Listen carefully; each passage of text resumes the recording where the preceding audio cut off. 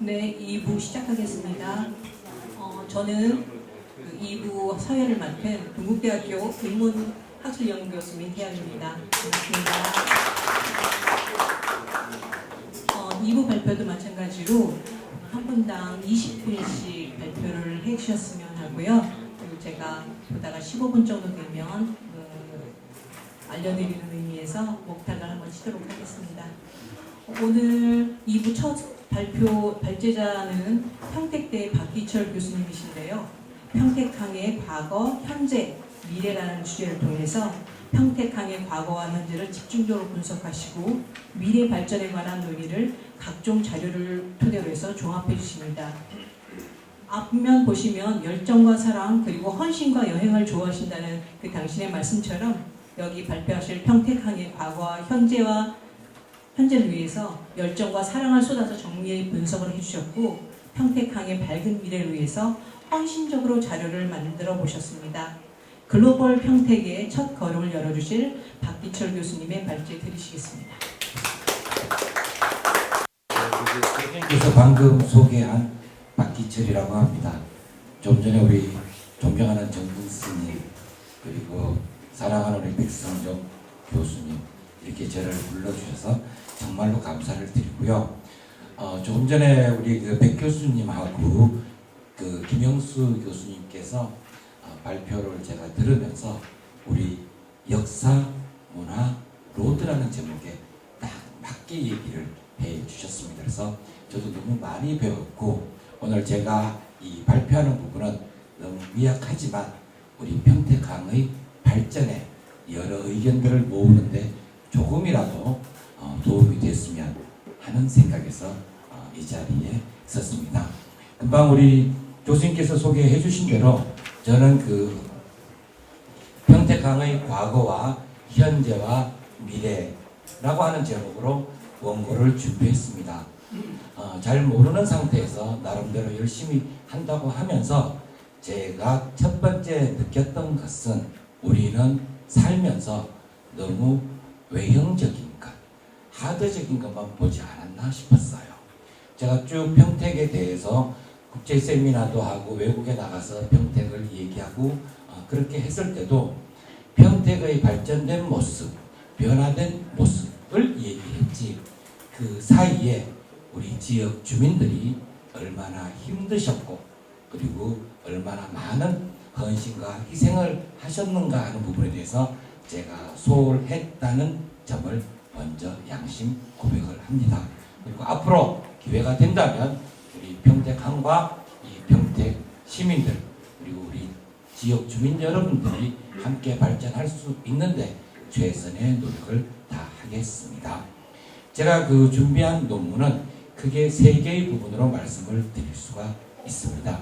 첫 번째는 평택항이 백 교수님이 얘기했지만 대진에서 시작을 해서 역사 속에서 묻혀 있다가 다시 평택항으로 개항이 되어서 지금까지 발전해 오고 있는데 국내적인 요인, 국외적인 요인이 있다라고 말씀을 드릴 수가 있습니다.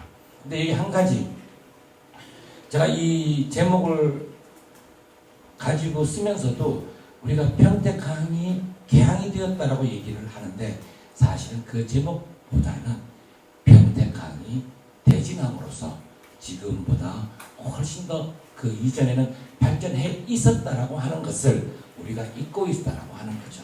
그래서 평택항은 단순한 개항이 아니라 평택항은 부흥해야 되고 재기해야 되고 더 큰 발전을 해야 되는 그런 항이다라고 말씀을 드릴 수가 있겠습니다. 그래서 왜 평택항인가 하면 우리들의 꿈, 희망, 비전 그리고 실천을 통해서 평택항의 미래를 함께 만들어야 된다라고 생각을 합니다.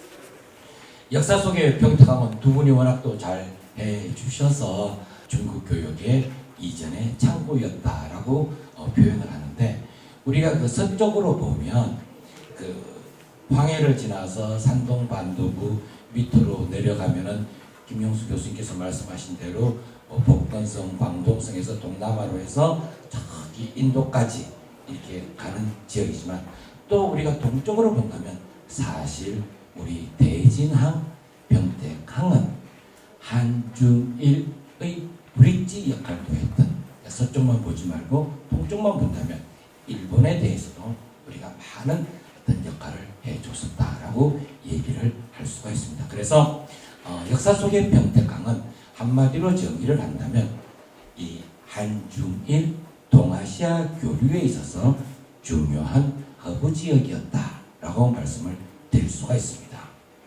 그리고 한국이 오랜 시간이 흐르고 나서 우리는 한국을 어떻게 발전할 것인가에 대한 정부의 개발 계획들이 만들어지기 시작을 합니다. 그래서 이 국내 요인으로 본다면 국토종합개발계획이라고 하는 것이 있었는데, 여러분이 잘 아시다시피 그 경부선을 중심으로 발전하다 보니 국토 발전의 균형이 깨어져 있었습니다. 그래서 이 서해안도 같이 개발의 축으로 발전을 해야 되겠다 해서 여러 가지 이유로 이렇게 국내적 요인으로 인해서 평택항이 만들어지게 되었고요. 그 와중에 중국이 덩샤오핑이라고 하는 사람이 있습니다.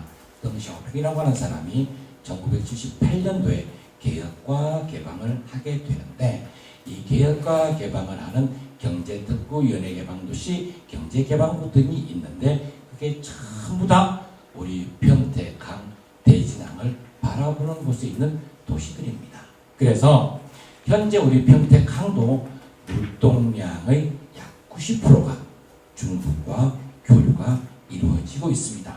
그래서 우리는 평택항은 수도권 화물의 분배, 그리고 중국을 대상으로 하는 교육의 전초기지 기능을 하고 있다라고 말씀을 드릴 수가 있겠고요.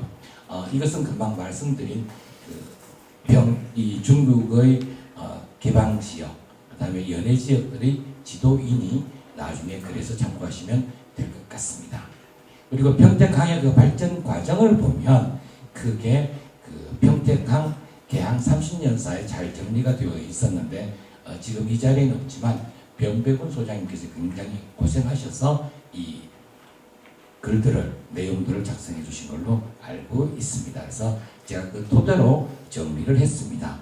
첫 번째 단계, 두 번째 단계, 세 번째 단계 이렇게 나눌 수가 있는데, 첫 번째 단계는 말 그대로 대동 및 기반 형성기, 두 번째는 개발 촉진 및 진흥 육성기, 세 번째는 지금까지 평택항이 도약하고 발전하고 있는 시기다라고 말씀을 드릴 수가 있겠습니다. 그리고 우리 그 평택시에서도 평택시 항만공업과에서 항만물류과로 확대 개편을 해서 많은 노력을 하였습니다만, 아쉽게도 제가 보기에는 여전히 그 노력을 했음에도 불구하고 저희가 판단하기에는 좀 부족하지 않은가, 좀 더 힘을 내서 평택항 그리고 평택 지역을 위해서 노력을 해줬으면 하는 생각을 좀 가지게 됩니다. 그리고 우리 평택항이 중심이 되는 그 중국과의 교류를 보면 작년 기준입니다. 2,415억 달러로서 중국이 한국의 최대 교육 국가이다라고 하는 것을 참고로 하시면 되고요. 세계 금융위기에서도 평택항은 한국 5대 항구 중에서 유일하게 플러스 성장을 했던 그러한 항구입니다. 그 다음에 이제 평택항은 2000년부터 본격적으로 상업항, 컨테이너항으로 발전하게 되고요. 그 이후로 카페리, 그리고 컨테이너 항로, 그리고 자동차 부두로서 아주 선두의 자리에 올라와 있습니다.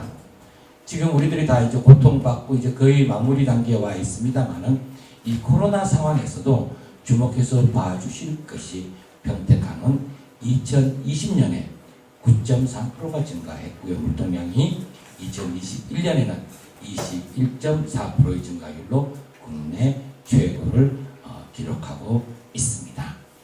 자동차 물류도 전국 1위 자동차 처리 항만이다라고 하는 것을 알아두시면 되고요. 다만 모든 일이 다 순조롭지는 않습니다. 더 큰 발전을 위해서 우리가 몇 가지 평택항이 가지고 있는 제약 요인들을 극복해야 되는데, 제가 이렇게 빨간 글로 써놓았습니다. 더 다른 많은 이유들도 있겠지만 평택항의 주변 배후단지도 보다 더 활성화되어야 되고 그것을 위한 정부의 정책적 지원도 부족하고 거기다가 일관성도 결여되어 있습니다. 그러면서 평택항이 명실상부하게 수도권과 한국을 대표하는 항이라고 말하기에는 아직도 부족합니다. 그래서 그런 것을 하기 위해서는 보다 더 다양한 비전과 정책들이 요구되는 상황이다라고 말씀을 올릴 수가 있겠습니다. 그래서 그럼 어떻게 가야 되느냐 말씀한 것처럼 비전을 위해서는 복합 거점 항만이 개발되어야 되고 항만 운영도 효율화되어야 되고 항만 배후 개발과 이 연계가 강화되어야 되며 해양 관광 및 친수 기능도 활성화되어야 되겠다라고 제가 생각을 해봅니다.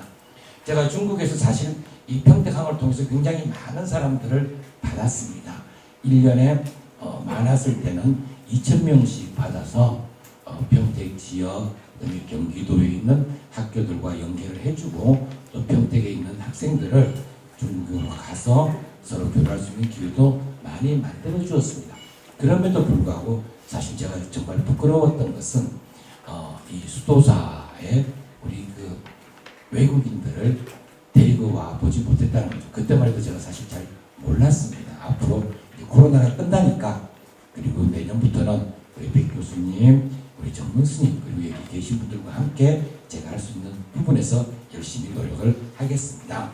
자, 그러면 마지막으로 앞으로 평택항 미래 발전을 위해서 어떤 전략이 필요할까 하는 부분인데 많은 전략이 있겠지만 저는 두 가지만 말씀을 드리겠습니다.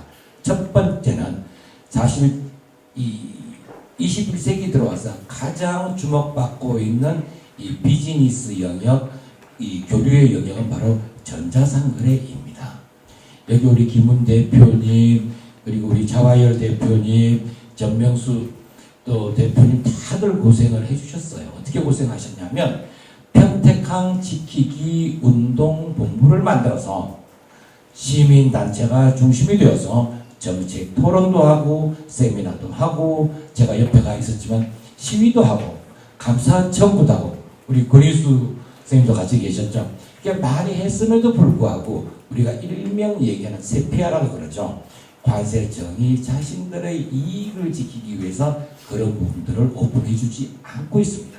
그러나 대국적인 차원에서 평택항의 미래를 위해서는 우리가 보다 더 노력해서 평택항이 전자상거래의 중심 항구가 될 수 있도록 한 번 더 노력을 해야 된다라고 생각을 합니다. 밑에 있는 표는 실제로 평택항과 인천항을 비교했을 때 우리가 생각하기에는 인천항의 역사도 길고 크고 훨씬 더 많을 것 같은데 사실은 이러한 특성화물이나 전자상거래는 평택항이 인천항을 넘어서고 있습니다. 그 부분도 우리가 꼭 알아두셨으면 해서 이렇게 말씀을 드립니다. 그 다음에 두 번째 제 전략적 제안입니다. 우리 한국은 아쉽게도 반도 국가임에도 불구하고 섬나라라고 볼 수 있습니다.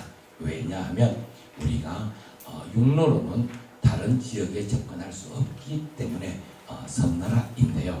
그래서 제가 이 중국에 가서도 그렇고 세미나를 꼭 주장하는 게 한중 열차 페리를 상당히 주장하는 학자 중에 하나입니다. 왜 그러느냐 하면 항만과 항만을 떠나서 도어 투 도어를 할 수 있는 한국에서 가장 지금 효과적이고 효율적인 방식을 저는 열차 페리라고 생각을 합니다.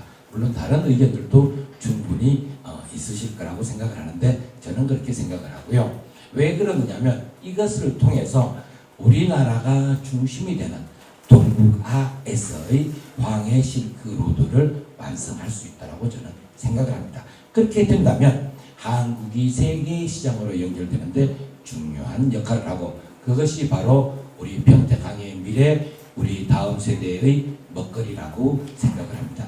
이 밑에 있는 그 지도를 보시면 좀 전에 김영수 교수님이 말씀하신 광소라든지 인도네시아라든지 말라카라든지 저도 가서 참 많이 배우고 있습니다. 이 빨간 실선이 있고 그 다음에 점선이 있는데 이 점선을 실선으로만 바꿔준다면 우리 평택 그리고 한국은 이 외떨어진 섬이 아니라 전 세계를 함께 연결할 수 있는 그런 위치가 될 수 있을 거라고 생각을 합니다. 그리고 근자열 원자래라고 하죠. 가까이 있는 사람이 기뻐하고 멀리서 많은 사람들이 찾아온다는 말인데 우리 수도사와 신복사와 그리고 평택항이 여기에 계신 분들이 다 즐겁고 또 더 많은 분이 우리 평택과 수도사를 찾아주기 바랍니다. 감사합니다.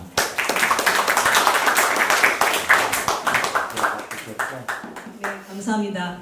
세계를 향해 뻗어나가는 그 평택항에 대해서 방대한 자료를 준비해 주신 걸로 알고 있는데요. 시간에 대해서 하도 말씀을 드렸더니 정말 깔끔하게 15분 내로 맞춰주셔서 사회자 입장에서 너무 감사드립니다. 감사드립니다.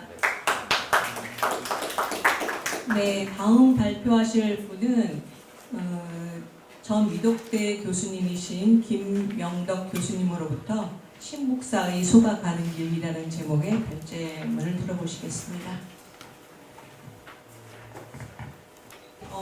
지금 두 번째 발표하시는 김명덕 전 위덕대 불교학과 교수님께서 오늘 신복사의 소가 가는 길이라는 주제로 신복사의 창건설을 깊이 있게 다뤄주실 예정이신데요.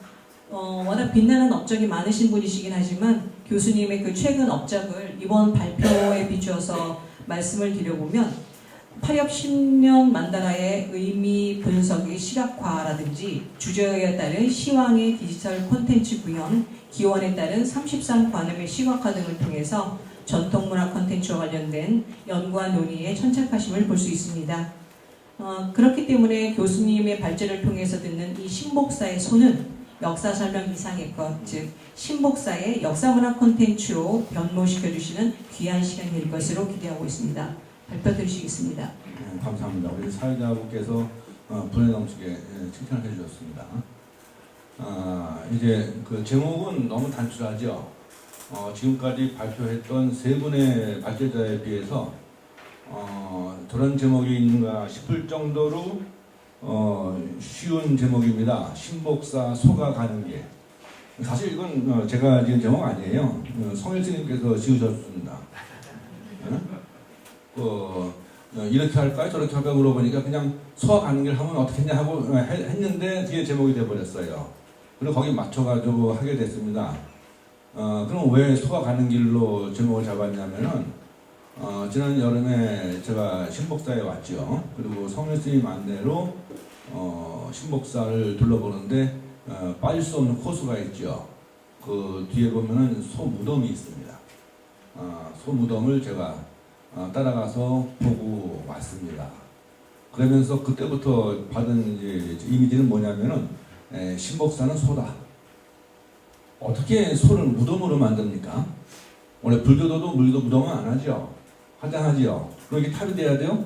그리고 두 마리라는데 하나만 있고요. 그래서 그때부터는 계속 저기 머릿속에 잡힌 것이 바로 소라는 문제였고, 거기에서 이 신복사의 연기 설하니까 한번 나도 한번 소로 풀어보자, 이런 의미에서 대장경을 좀 검색을 했습니다. 한문대장경을 1권부터 해가지고 차례로 검색을 했어요. 그리고 뭐 이것저것 다 보고 하다 보니까 상당히 많은 자료가 나왔습니다. 나온 걸로 오늘의 이야기를 구성을 한 겁니다. 처음부터 발단은 소와 관련된 신복사 연기설하고요.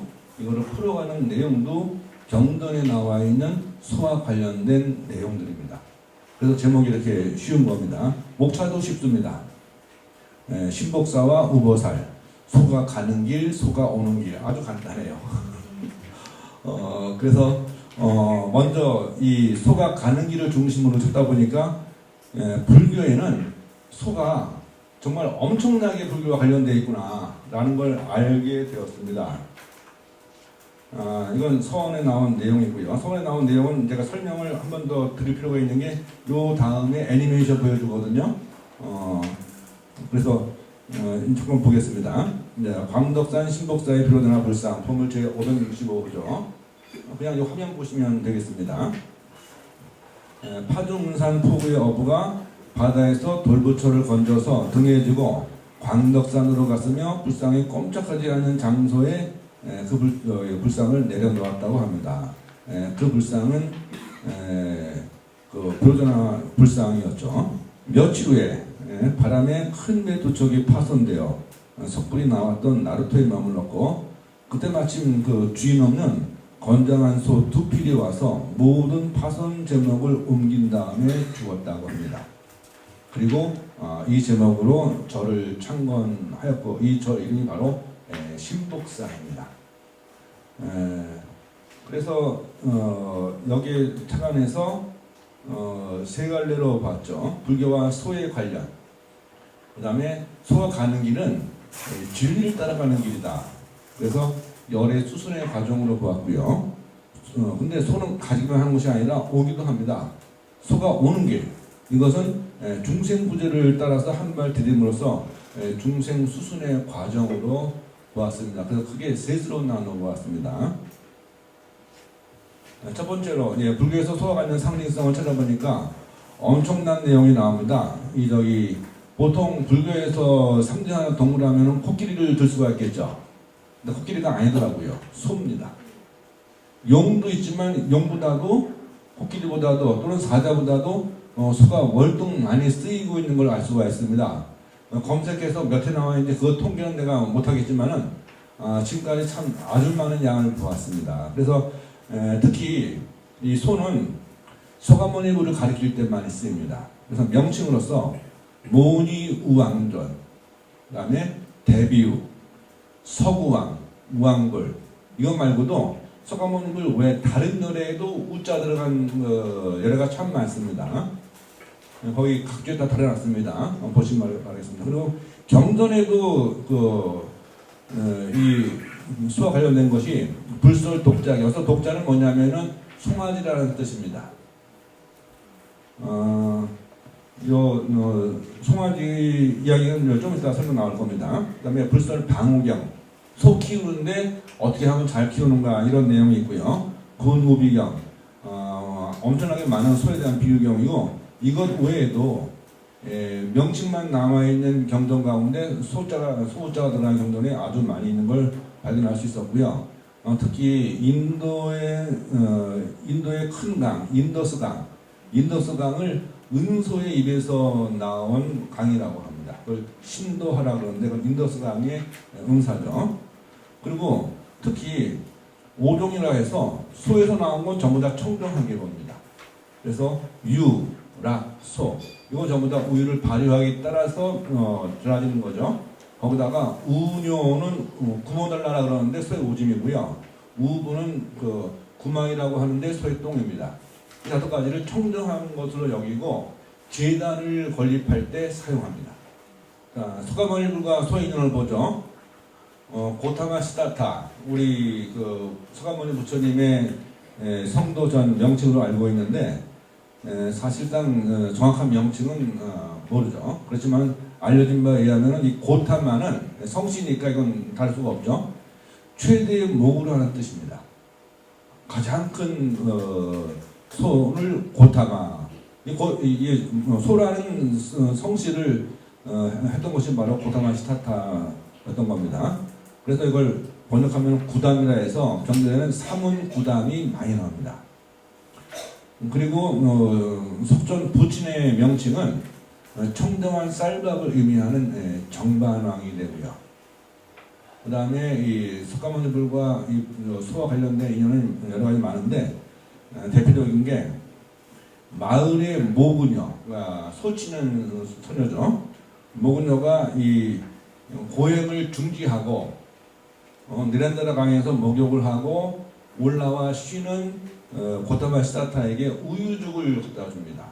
그 우유죽을 마시고 기력을 회복해서 보리수 아래 앉아서 깨달음을 성취합니다. 이 정각을 얻으시는 데에도 수가 관련되어 있네요.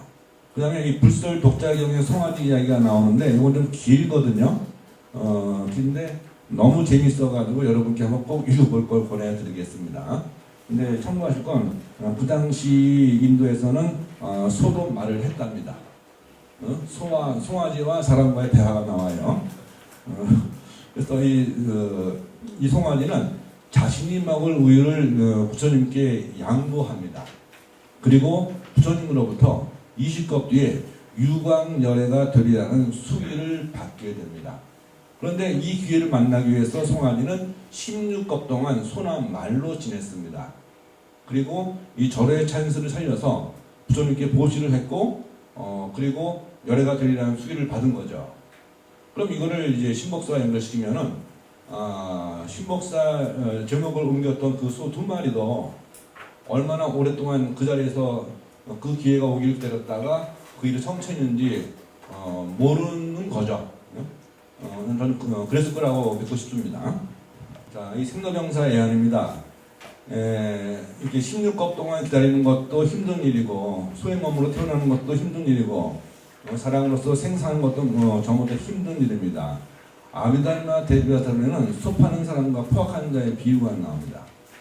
그 비유를 보면은 소 파는 사람이 배고픔을 해결하고자 소의 혀를 자른 뒤 자신들의 혀가 문들어 떨어집니다. 또 다른 비유가 나오는데, 포악한 자는 남은 우유를 송아지에게 먹이자는 어머니 말에 화를 내고 우유를 어머니 얼굴에 뿌려버립니다. 그러니까 그 포악한 자가 문둥병에 걸렸다고 합니다. 자, 이 악업은 상속을 기다리거나 거쳐서 그 과보를 받고요. 이렇게 과보를 받는 것이 우리들 중생들이고, 중생들은 그러한 애환 가운데 살고 있는 겁니다. 그래서 대조론에 보면은 어떤 국왕이 2마리 황소가 음욕 때문에 싸우다 죽는 것을 보고 우욕을 떠나 벽지불이 되었다고 합니다. 자, 오늘 대사는 이렇게 말합니다.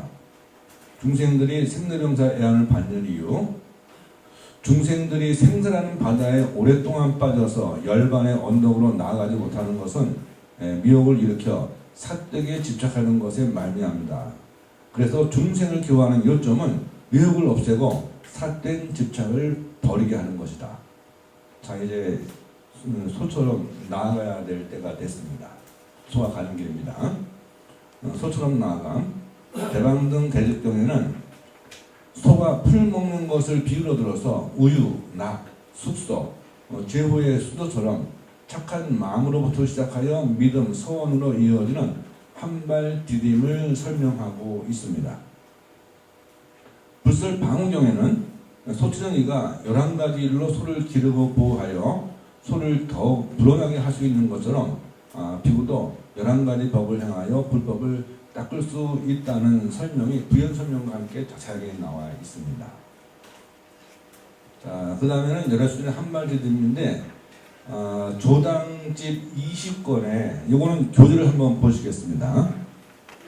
그 교재 103페이지를 보시면은 이게 설명이 너무 많아가지고 이거를 전부 다 담기 어려워서 근데 이걸 좀 알아야 될 것 같아요. 조당집이 뭐냐면은 103페이지 군데군데 제가 중요한 부분을 말씀드리겠습니다. 중국의 정곽균이라고 하는 분이 있어요. 이분들이 석가모니부를 비롯한 과거 7불부터 중국 당 5대까지 중국과 한국 선종의 역사와 선사들의 정기를 기록하여 중국에서 반영했지만은 이것이 고려 대장경에만 남아 있습니다.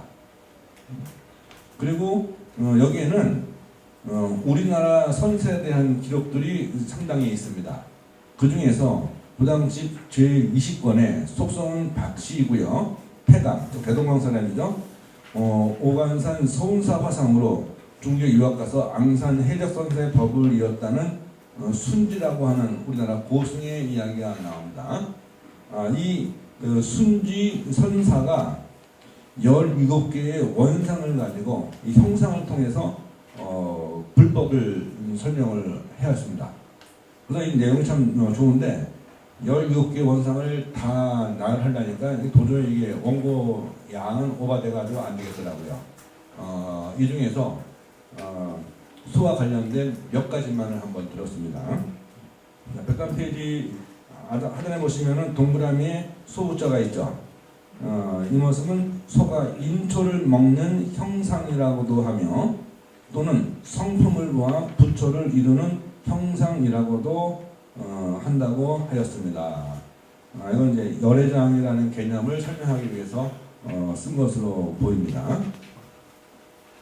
그 다음 페이지 보시면요. 104페이지 보시면은 또 하단에 그 동그라미가 있고 소자가 3개 있는 겁니다. 너무 작아서 안 보이지만은. 자, 이 모습은 삼승이 공함을 구하는 형상이니 무슨 까닭인가?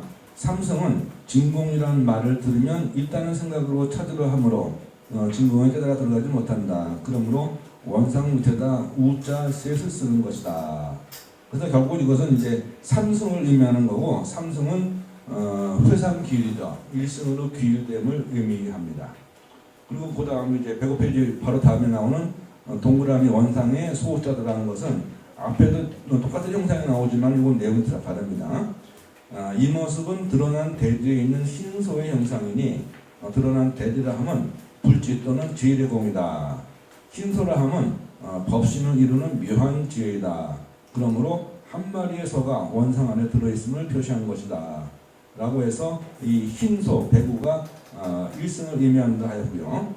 그 밑에 있는 동그라미 원상위의 소자는 이 모습은 결과에 기합하게 원인을 닦는 형상이다. 무슨 까닭인가? 초발 심지에 비록 정각을 이루기는 하나 중생들의 행에 걸림이 없고 지혜는 부처의 경지와 같으나 행이 이 지혜에 불과하기 때문이다. 그러므로 이 형상으로 표현하는 것이다. 여러 개가 행하던 자치를 따라 행한다는 개념을 바로 이 동그라미 원상 위에 소자로 표현했습니다. 그 다음에는 이제 동그라미 원상 아래의 소자입니다. 이 모습은 실제를 차츰차츰 중독하는 형상이니 무슨 까닭인가? 어떤 모살에 여러 것 동안 수행하여 사마의 도적을 물질로 비로소 무리의 참지를 얻고 불지로 깨달아 들어가 다시는 남은 습기에 끄달리지 않게 되는 것과 같다. 이 습기라는 것이 참 무섭습니다. 비유 보시면은 대방편 불보은경, 그 다음에 대전론에 이런 얘기가 나오네요. 우치비구와 우족비구라는 비유가 나오네요. 이 습기가 참 이렇게 아라한가를 얻은 다음에도 계속 남아있는 걸 표현합니다. 그 다음에 밑에 보시면은 이제 동그라미 원상에 사람 인자가 있고 소자가 있고요. 위에 있는 소자는 그 사람의 생각학 견해를 의미하고요. 동그라미 원상 안에 사람 인자는 이치와 지혜를 의미합니다. 그래서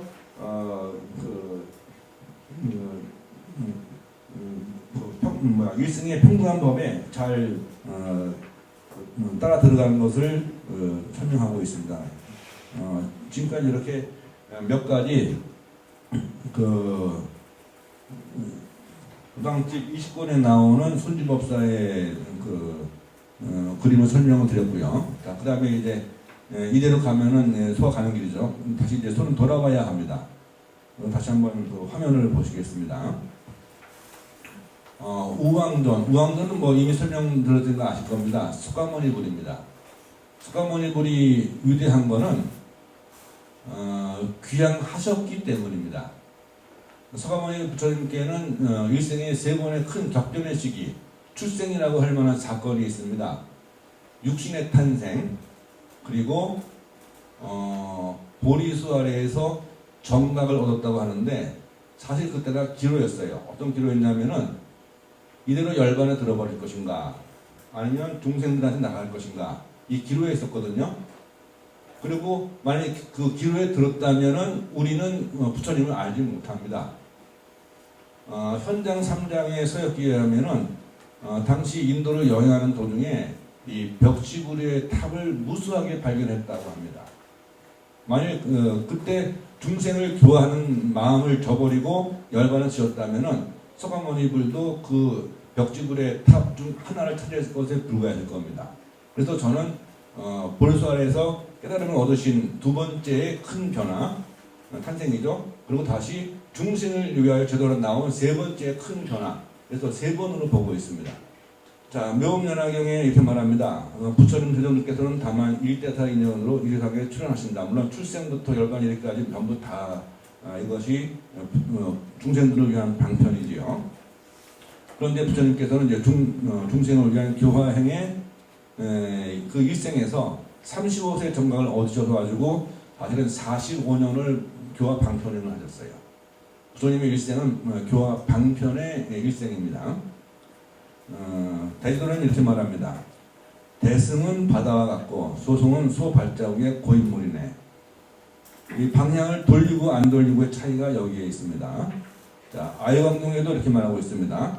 석가모니는 우왕이 되어 저 생사의 바다를 건넜으니 사람이 만약 뗏목에 의지한다면 무사히 저 언덕에 이르리라. 자, 이제 우왕존이라고 하는 석가모니 불께서 귀향하셨기 때문에 우리는 지금 불교를 하고 있는 거고요. 이 한반도에도 엄청난 분이 계셨습니다. 그분이 바로 원효대사입니다. 원효대사는 각승이라는 말도 널리 알려져 있는데 각승이 나오기 전에 종경록에 보면은 삼계 유심, 만법 유식, 고지 미호제야, 실비수호 이런 말 나오죠. 수사 근처 어느 운막에서 해골바가지 물 먹고 토하고 그 사건은 아마 여러분들 다 아시는 사건일 겁니다. 그러면서 이 물이 바로 그 물이냐 이렇게 했던 그 개성이 바로 개성이고요. 여기에서 발길을 돌립니다. 의상대사는 중국으로 향하고 원효대사는 다시 경주로 돌아옵니다. 자, 이 사실을 대학국사 외접에서 이렇게 전합니다. 의상은 중국에 유학하여 부처의 원음을 전하였고 원효는 홀로 깨달음을 얻어 깊이 숨겨진 뜻을 공부하였네. 혹은 나아가고 혹은 머물렀으나 이스토리 합하듯 마음이 같았나니 향기가 풍기고 안개가 퍼지듯 배우는 이들이 성황을 이뤘다네. 자, 이제 경주 돌아온 원효대사입니다. 해령 항상 이렇게 말합니다. 해령 또는 임금의 부탁을 받은 원효는 노상에서 조소를 받아 금강산매 경소를 지었는데 금강산매경소를 다 지은 뒤 원효는 붓과 벼루를 소의 두 뿌리에 놓아 이를 각승이라 했다. 그래서 결국 돌아왔어도 이제 소의 뿔에서 회양하게 됐음을 말합니다. 그럼 이분이 지었다는 금강산매경소가 나중에 금강산매경론이 되었죠. 이런 말 나옵니다.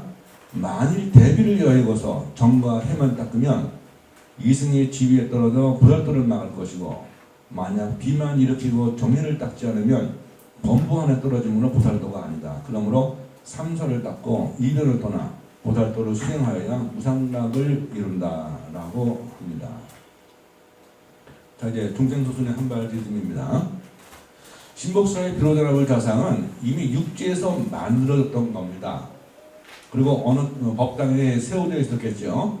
그러다가 무슨 이 땅의 중생들과 인연을 심다가 어떤 영본인지 우리는 알지 못하지만 바다로 들어갔던 겁니다.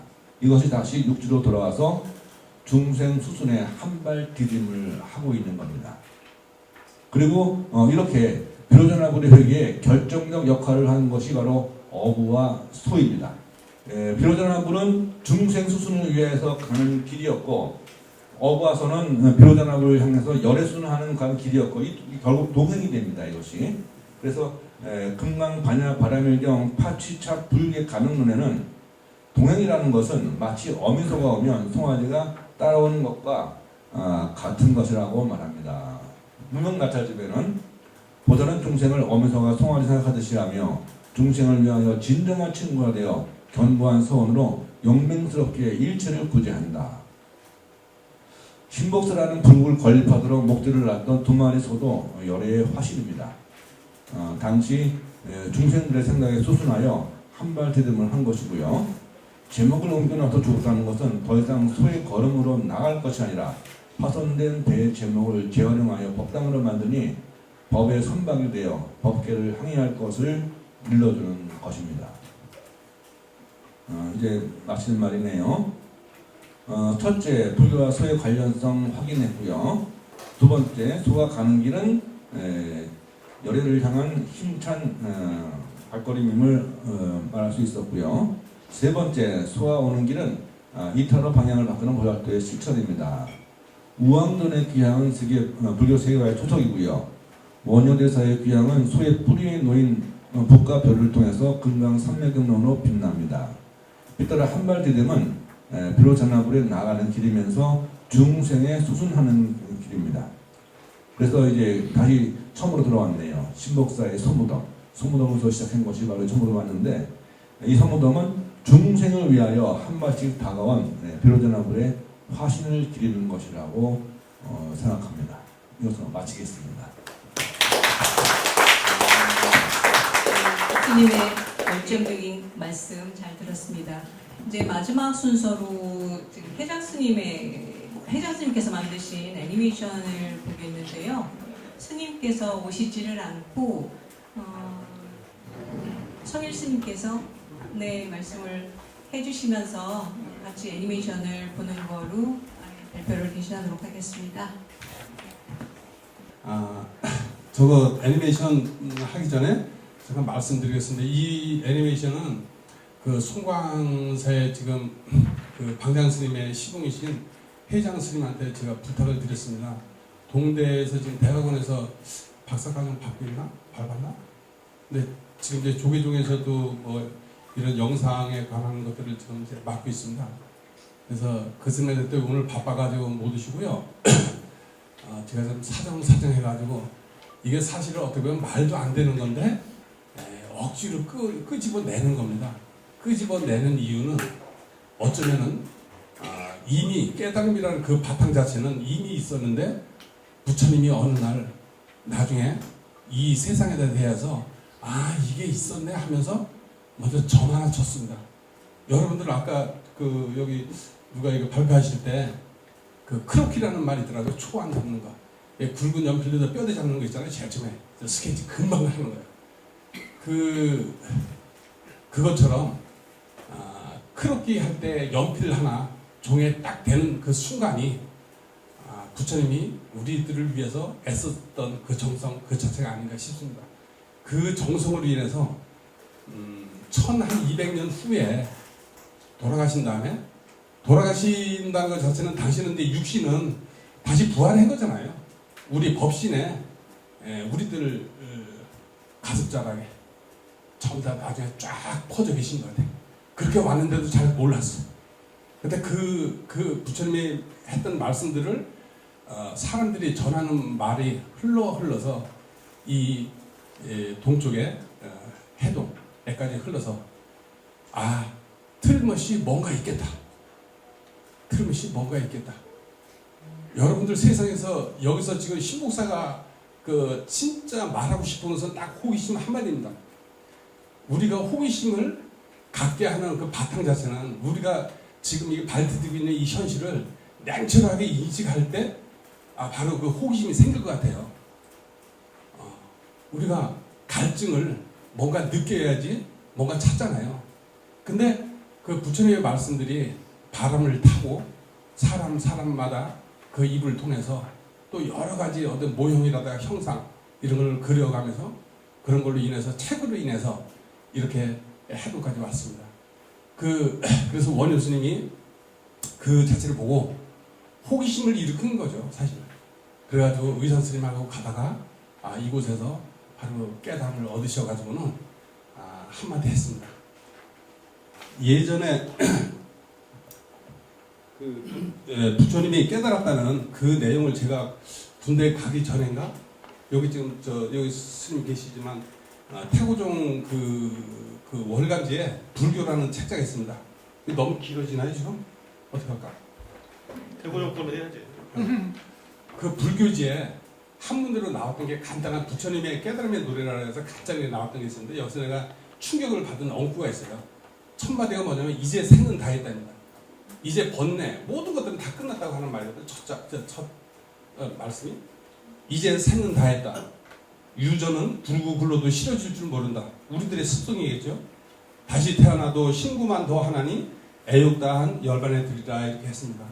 근데 이런 말씀들이 이게 뭔가 틀림없이 있구나 하는 호기심을 일으켜서 여러 나중에 성인이 된 모든 분들이 이렇게 뭔가를 또 증득하게 돼가지고 그렇게 된 원효 스님이 깨달은 그 자체를 의상 스님이 그것을 부처님의 아까 원음이라고 누가 표현했던데 그 자체를 또 강사를 하셨고 증명을 하신 거죠.